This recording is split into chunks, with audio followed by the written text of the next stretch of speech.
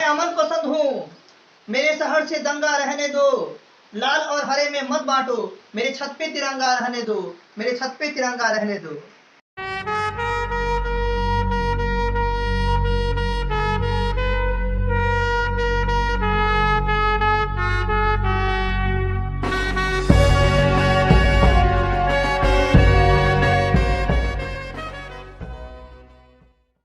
दोस्तों, हम लोग बहुत खुशनसीब हैं कि हमारा जन्म आजाद भारत में हुआ है। हमें आजादी है अपने जिंदगी को अपने इच्छा अनुसार जीने का। हमें आजादी है हर उस मुकाम को पाने का जो हम अपने जिंदगी में पाना चाहते हैं। हमारे पास अपना हक और अधिकार है, लेकिन आसान नहीं था हमारे पूर्वजों के लिए इस आजादी को पा लेना। उन्होंने अपने जिंदगी को कुर्बान कर दिए, अपना सुख, चैन, घर, परिवार किसी का परवाह नहीं किए इस मातृभूमि को पाने के लिए। उनके संघर्ष और बलिदान के कारण ही आज हम लोग अंग्रेजों की गुलामियों की बेड़ियों से बाहर निकलकर आजादी भरी आसमान के नीचे एक साथ हैं।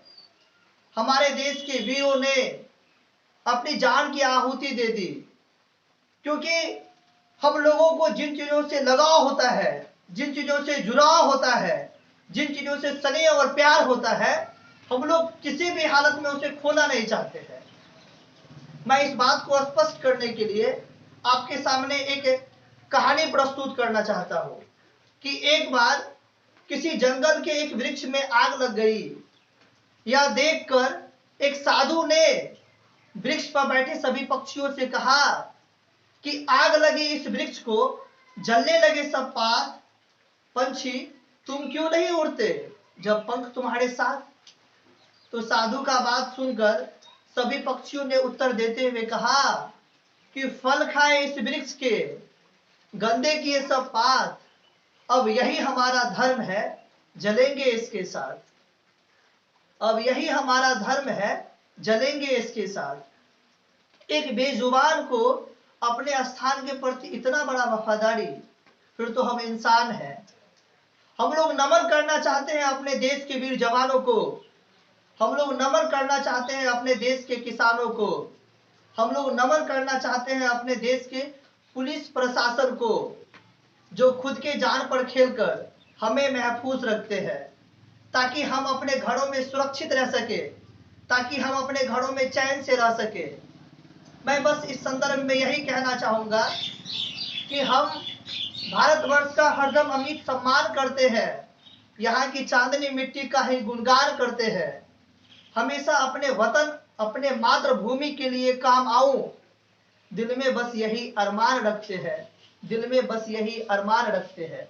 एक वक्त था जब देश बलिदान मांगता था, लोग लड़ जाते थे, मर जाते थे, मिट जाते थे, फांसी चढ़ जाते थे।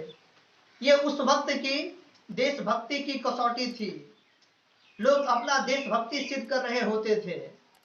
लेकिन आज देश मर जाने को, लड़ जाने को, मिट जाने को, फांसी चढ़ जाने को नहीं कहता है, बल्कि आज अगर हम अपने कर्तव्य को सही प्रकार से निर्वाह कर रहे हैं, आज अगर हम अपने काम को पूरी ईमानदारी, पूरी मेहनत और लगन से कर रहे हैं, तो आज अगर हम अपना कुछ समय अपने समाज व अपने आसपास के लोगों के उत्थान के लिए खर्च कर रहे हैं, तो यही हमारा असली देशभक्ति होगा। मुझे नहीं लगता है कि केवल साल में 2 बार ही दिल में देशभक्ति का भाव जगना काफी है। इसके लिए हमें हमेशा कार्यरत होना होगा। अपने समाज व अपने आसपास के लोगों के उत्थान के लिए हमेशा प्रयासरत होना होगा।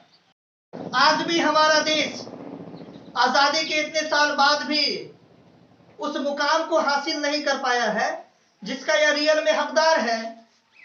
एक तरफ हमारा देश तरक्की कर रहा है, नए नए ऊंचाई पे पहुंच रहा है, बड़े बड़े कारनामे कर रहे हैं, बड़ी खुशी होती है, भारतीय होने पे गर्व होता है।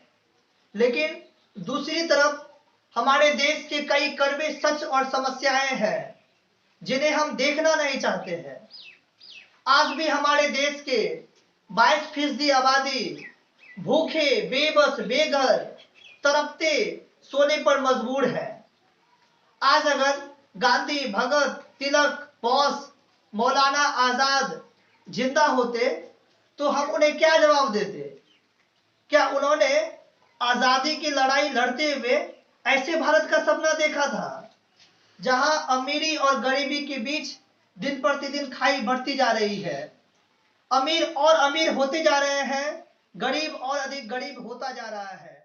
जनसंख्या विस्फोट हमारी देश की सबसे बड़ी समस्या, जो कि कई अहम समस्या को जन्म देती है। गरीबी, बेरोजगारी, भूखमरी, अशिक्षा और इन समस्याओं की मौजूदगी में हम लोग कभी भी अपने राष्ट्र को एक विकसित राष्ट्र का कल्पना नहीं कर सकते हैं। इसके अलावा देश में व्याप्त भ्रष्टाचार विकास के लिए बहुत बड़ा बाधक है। तो मैं इस संदर्भ में बस यही कहना चाहूंगा कि मिली है जिंदगी किसी के काम आने के लिए, तो क्यों वक्त गुजर रहा है गलत ढंग से कमाए पैसे को ढेर लगाने के लिए? क्या करेंगे इस तरह का पैसा कमाकर हम? न कफन में जेब है और न कब्र में अलमारी, और ये मौत के परिस्थिति तो रिश्वत भी नहीं लेते हैं। इसके अलावा आजकल हम लोग जाति, धर्म, मजहब के नाम पर आपस में बढ़ते जा रहे हैं। हम हिंदू, हम मुस्लिम, हम सिख, हम ये, हम वो। और हमें ये बात भली भांति पता होना चाहिए कि हमारा राष्ट्र तभी शिखर पे पहुंचेगा जब हम सब मिलकर एक साथ होकर अपने देश हित के बारे में, अपने देश के लिए काम करेंगे।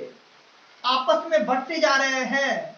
इस संदर्भ में किसी ने क्या खूब कहा है कि आजकल हम लोग धर्म मजहब के नाम पर रंगों को भी बांटते जा रहे हैं कि हरा मुस्लिमों का रंग है और लाल हिंदुओं का रंग है। तो वो दिन दूर नहीं जब साड़ी की साड़ी हरी सब्जियों मुसलमानों की हो जाएगी और हिंदुओं के हिस्से में बस गाजर, टमाटर और चुकंदर ही आएंगे। अब ये समझ नहीं आ रहा है कि ये तरबूज किसके हिस्से जाएगा। ये तो बेचारा ऊपर से मुस्लिम और अंदर से हिंदू ही रह जाएगा। मैं अमन पसंद हूँ, मेरे शहर से दंगा रहने दो, लाल और हरे में मत बांटो, मेरे छत पे तिरंगा रहने दो।